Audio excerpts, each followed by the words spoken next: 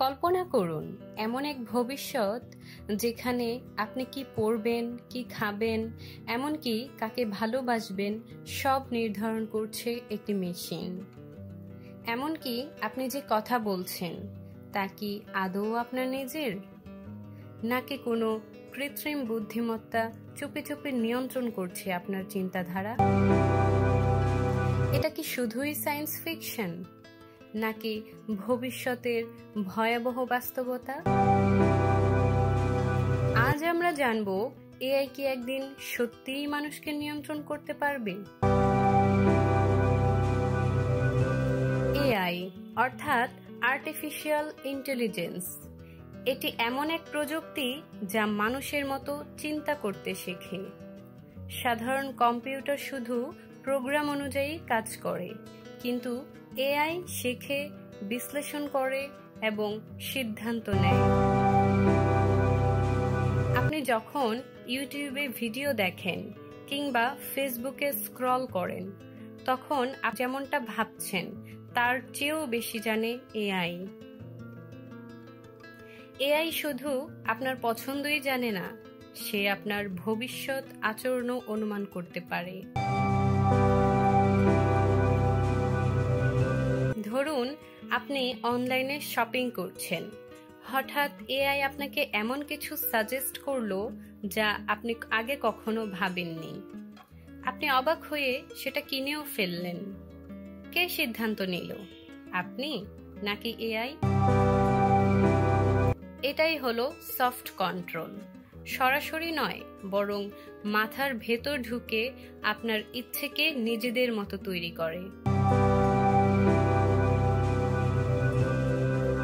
আজকের এআই কেবল আপনার কথাবার্তা বুঝতে পারে না, সে কথা বলে, গান লিখে, ছবি আঁকে, এমনকি ভিডিও বানায়।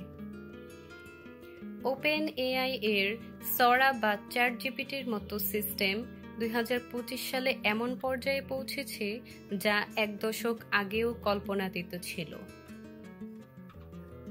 আর ডিপফেক নামক এক প্রযুক্তি তো সত্য মিথ্যা চেনার ক্ষমতাকেই ধ্বংস করে দিচ্ছে। এই প্রযুক্তি যদি ভুল হাতে যায়, একটি রাষ্ট্র, একটি কোম্পানি কিংবা একনিষ্ঠ এআই নিজেই যদি নিয়ন্ত্রণ নিতে চায়। এলন মাস্ক, যিনি নিজেই এআই এর উদ্যোক্তা, তিনি একাধিকবার বলেছেন, AI is more dangerous then nuclear weapons. তিনি বিশ্বাস করেন এআই যদি নিয়ন্ত্রণহীনভাবে বিকশিত হয়, তাহলে তা মানুষের অস্তিত্বকেই বিপন্ন করতে পারে। চীনে কিছু শহরে ইতিমধ্যে এআই পুলিশ ক্যামেরা বসানো হয়েছে, যা মানুষের মুখ দেখে চিনতে পারে, তার আচরণ বিশ্লেষণ করে স্কোর দেয়। এমনকি কোনো সন্দেহজনক কাজ করলে আপনাকে অ্যালার্ট ছাড়াই নিষিদ্ধ করতে পারে। এগুলো কি শুরুর ইঙ্গিত নয়? আমরা একদিকে প্রযুক্তির আশীর্বাদ উপভোগ করছি, অন্যদিকে নিজের অজান্তেই হয়তো একটা গোপন খাঁচায় বন্দী হচ্ছি।